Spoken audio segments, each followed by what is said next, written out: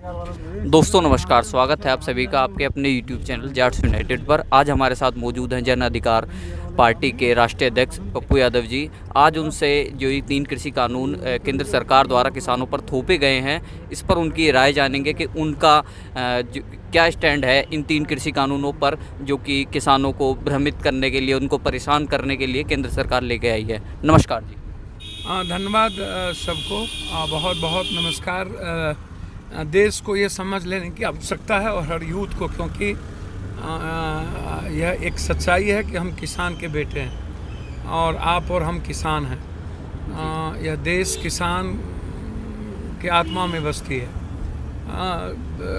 आखिर केंद्र को यह कानून लाने की क्यों आवश्यकता, यह अध्यादेश लाने की आवश्यकता क्यों पड़ी?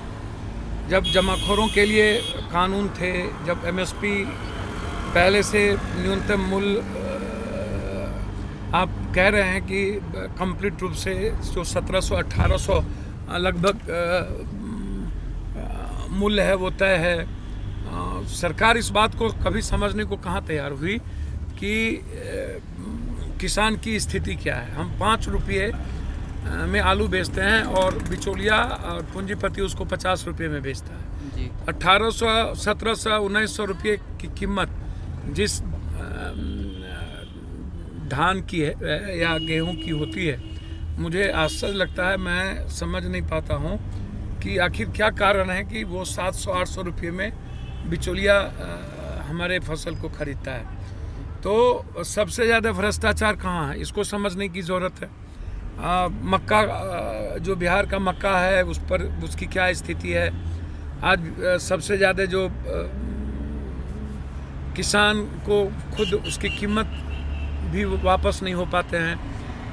उनको अधिकार नहीं दिया मिला आज तक कि हम खुद फसल की कीमत लगा सकें।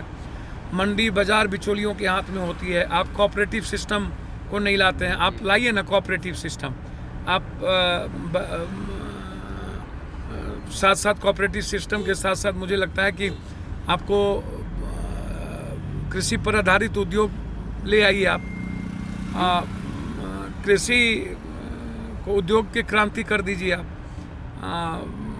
मुझे दूसरी बात ये समझने की आवश्यकता है देश के लोगों को कि जो क्या कारण है कि दुनिया की सबसे बड़ी खुदरा बाजार भारत है, 12,000 अरब की है। ये दुनिया की निगाह उस पर है।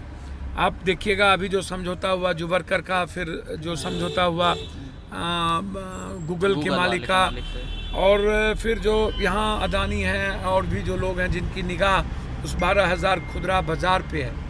आप इसको समझने का प्रयास कीजिए। ये कौन मालिक बनना चाहता है? जो दुनिया में इससे बड़ा बाजार कहीं नहीं है। आप उस एक तो कहीं पर निगाह है, कहीं पर निशाना। एक दूसरा चीज़ जो सबसे बड़ी बात है, इसको थोड़ा समझने का प्रयास कीजिए आप।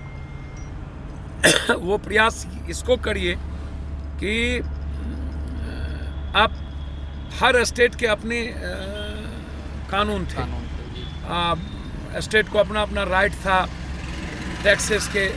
आपने पूंजीपतियों के लिए वो कानून ख़त्म कर दी और अब पूंजीपतियों को राइट दे दिया आपने बाजार में जाने की, हर स्टेट को जाने की। तो जैसे ये दूसरी चीज़ जमाखोरी करने का आपने राइट दे दिया। पहले उसके कानून नहीं थे, उसको आपने हटा दी। तो ये 2-2, 3-3 कानून आपने किसानों के अधिकार को, किसानों के हाथ को बांधने की कोशिश की। आप उस कानून के रहते हुए आप कैसे किसानों को मुनाफा दोगे? आप कोऑपरेटिव सिस्टम की बात करो ना। आप इस कानून को लाने की ज़रूरत क्यों पड़ी? आप इसकी बात करो, आप इसकी बात नहीं करते हो। तो लड़ाई बिल्कुल साफ है और उस पर कोई समझौता नहीं करनी चाहिए। और मुझे लगता है कि प्रधानमंत्री जी, आप home minister, chief minister, Bhajpa के अध्यक्ष को फुर्सत है एक वार्ड काउंसलर का चुनाव लड़ने की। वहाँ पर हिंदू मुसलमान करने की फुर्सत है।